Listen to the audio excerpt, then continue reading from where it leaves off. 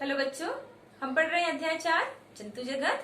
हम इसके अंतर्गत देख रहे हैं कि जंतु जगत को कितने संघों में विभाजित किया गया है। तो जंतुओं में पाए जाने वाले भिन्न भिन्न लक्षणों के आधार पर इनको भिन्न भिन्न संघ में बांटा गया है।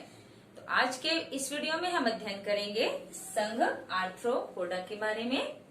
आर्थ्रोपोडा शब्द जो है यह ग्रीक भाषा के शब्द से मिलकर के बना है और यह दो शब्दों से मिलकर बना है। पहला शब्द है आर्थ्रोस। आर्थ्रोस का अर्थ होता है जॉइंटेड और दूसरा शब्द है पोडोस और पोडोस का मतलब होता है फुट या पैर। तो इस प्रकार से आर्थ्रोपोडा का शाब्दिक अर्थ क्या हो गया?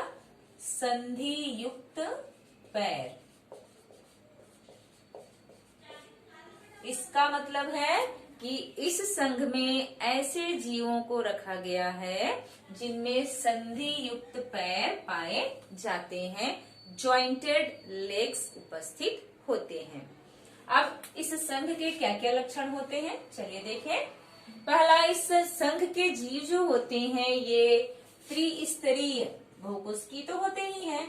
इनमें अंग तंत्र स्तर पाए जाते हैं और इसके साथ साथ ही क्या होते हैं, त्रिस्तरीय होते हैं।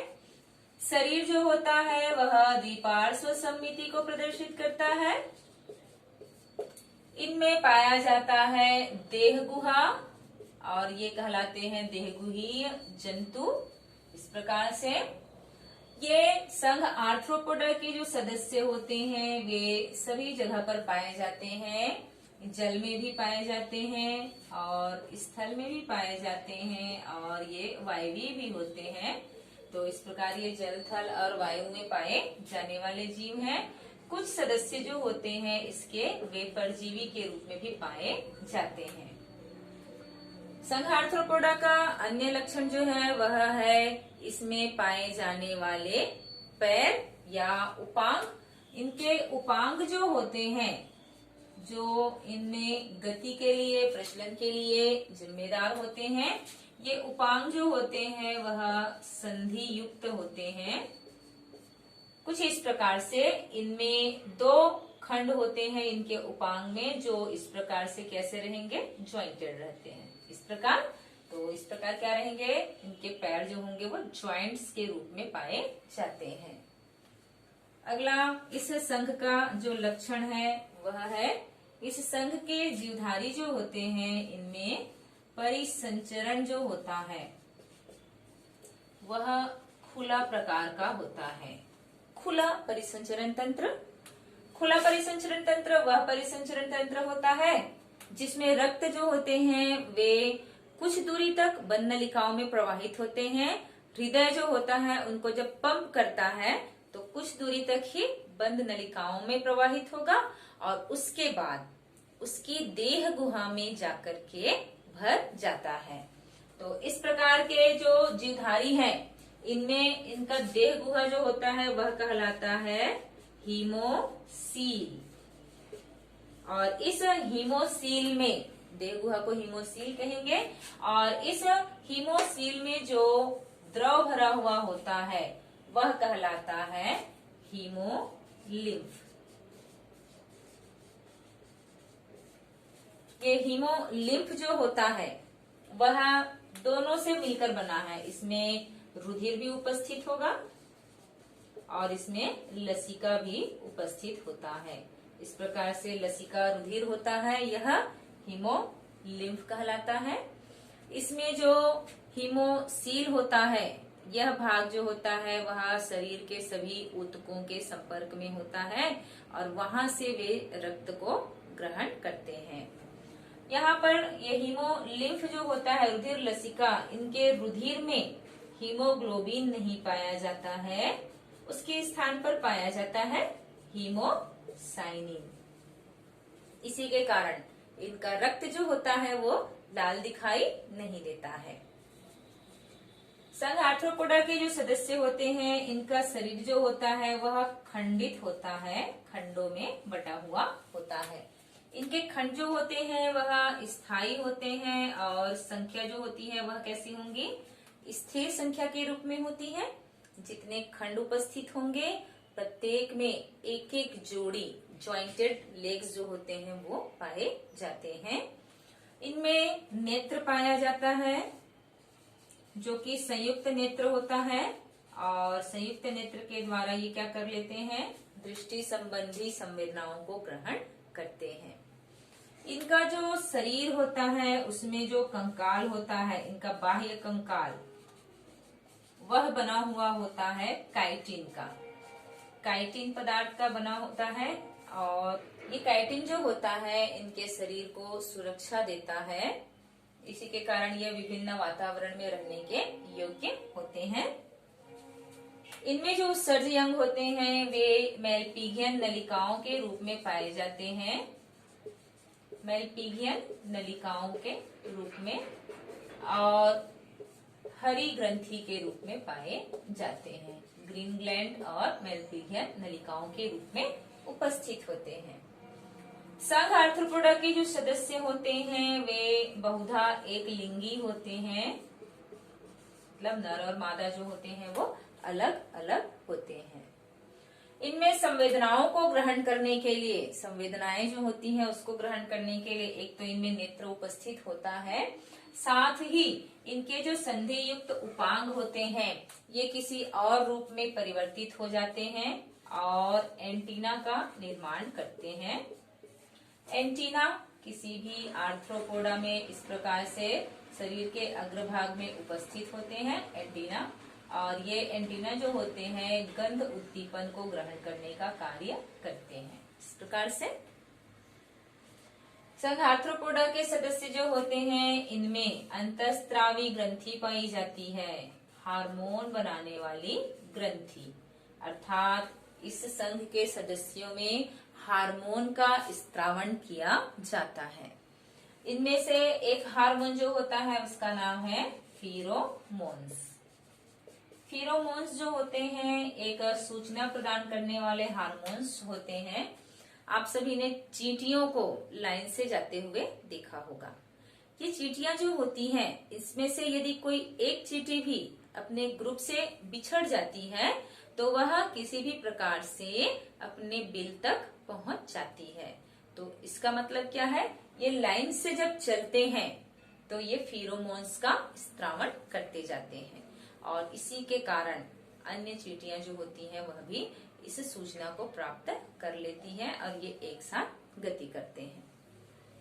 संघ आर्थ्रोपोडा के जो सदस्य होते हैं ये बहुत ज्यादा संख्या में पृथ्वी पर पाए जाने वाले जीवधारी होते हैं।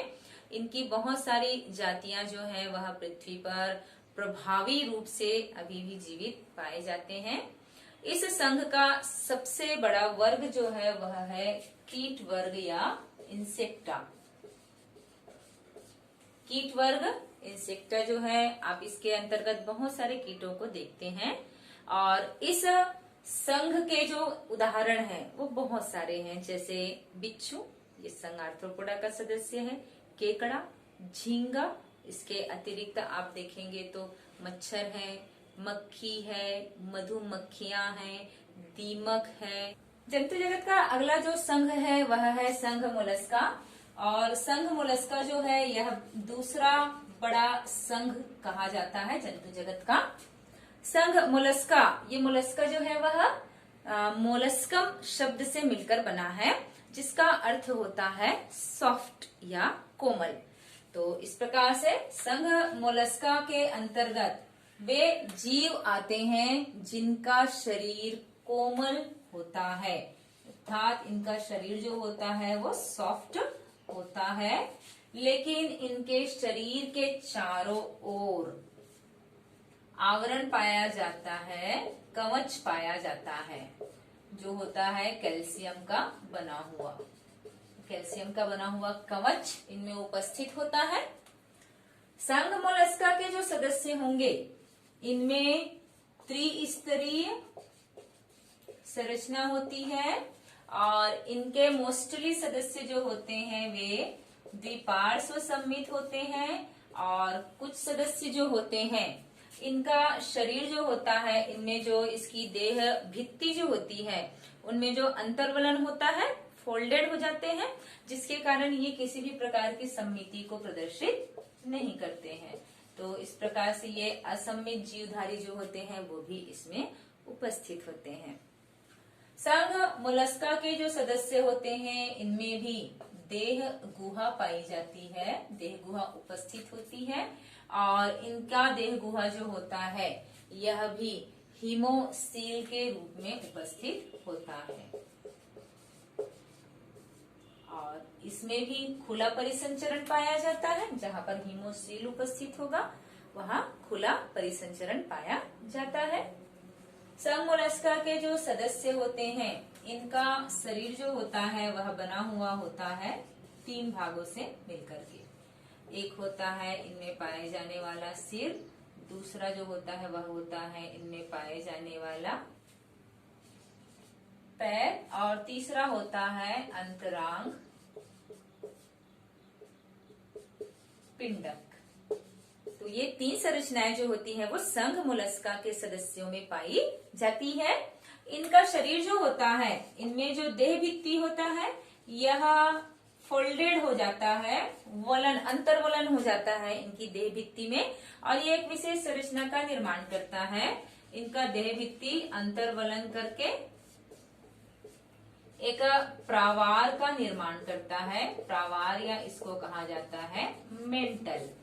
इस प्रकार से एक प्रावार या मेंटल जो होता है वास्तव में इनके जो कवच होते हैं, इनमें जो पाया जाने वाला कवच होता है और इनकी जो देह भित्ति होती है, ये देह भित्ति है अगर इनकी, तो इस प्रकार से ये 2 संरचना जो होती है कवच और देह भित्ति, इन दोनों के बीच में इसी देह भित्ति से बनी हुई, इनके वलन से बनी हुई एक और संरचना जो होती है वो पाई जाती है। ये रचना जो होती कहलाती है प्रवार या मेंटल। इस प्रवार या मेंटल और देह भित्ति के बीच में ही इनमें पाचन तंत्र जो होता है, उत्सर्जन तंत्र जो होता है, श्वसन तंत्र होता है, जनन तंत्र जो होता है वो इसमें उपस्थित होता है। इस संघ के जो सदस्य होते हैं, संघ मोलस्का के जो सदस्य होते हैं, इनमें भोजन को ग्रहण करने के लिए विशिष्ट अंग उपस्थित होता है जो कहलाता है रेडुला, रेती जिह्वा कहलाता है हिंदी में। इस रेडुला के द्वारा ये भोजन को क्या करते हैं, ग्रहण करते हैं, काटते पीसते हैं उसको। इस संघ के जो सदस्य होते हैं उनमें हृदय जो होता है वह हृदयावरण से ढका हुआ होता है। इनमें हृदयावरण, हृदय के चारों तरफ जो आवरण होगा वह उपस्थित होता है, हृदयावरण जो है पाया जाता है। इनमें जो श्वसन की प्रक्रिया होती है वह गिल्स के द्वारा होती है और फुफ्फुस या फेफड़े के द्वारा होती है। इस संघ के सदस्य जो होते हैं वे जलीय प्राणी होते हैं। ये दोनों तरह के जल में पाए जाते हैं, स्वच्छ जल में भी पाए जाते हैं और समुद्री जल में भी ये उपस्थित होते हैं। तो इस प्रकार इनमें जब जलीय प्राणी है इसीलिए इनमें श्वसन के लिए क्या उपस्थित होगा, गिल्स उपस्थित होगा। और यदि ये स्थलीय होते हैं तो इनमें फेफड़े के द्वारा श्वसन की क्रिया होती है। और ये जीवधारी जो होते हैं इनमें जो प्रवार गुहा होता है इसी भाग से उत्सर्जन की प्रक्रिया जो होती है वो होती है। इस संघ के सदस्य जो होते हैं वह धीमी गति से चलने वाले जीव होते हैं, अर्थात बहुत धीरे धीरे ये क्या करते हैं, गति करते हैं। और इनका पूरा शरीर जो होता है वह कवच से, कैल्शियम कार्बोनेट का कवच बना होता है उससे ढके हुए होते हैं। इस संघ के जीवधारी जो होते हैं वे एक लिंगी होते हैं, अर्थात नर और मादा जो होते हैं वो अलग अलग होते हैं।